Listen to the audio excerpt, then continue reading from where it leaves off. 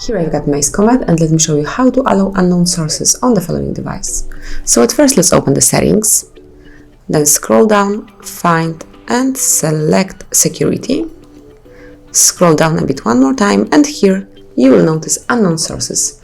So this mode, if you will click over here, it will allow installation of apps from unknown sources. If you truly want to do it, just click on this switcher. Here is the notification that your device will be in danger, so it is all your responsibility. Okay, thanks for that. And from now on, you are able to install apps from some unknown sources.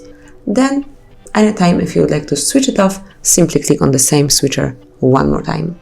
And that would be all. Thank you for watching. Please subscribe our channel and leave the thumbs up.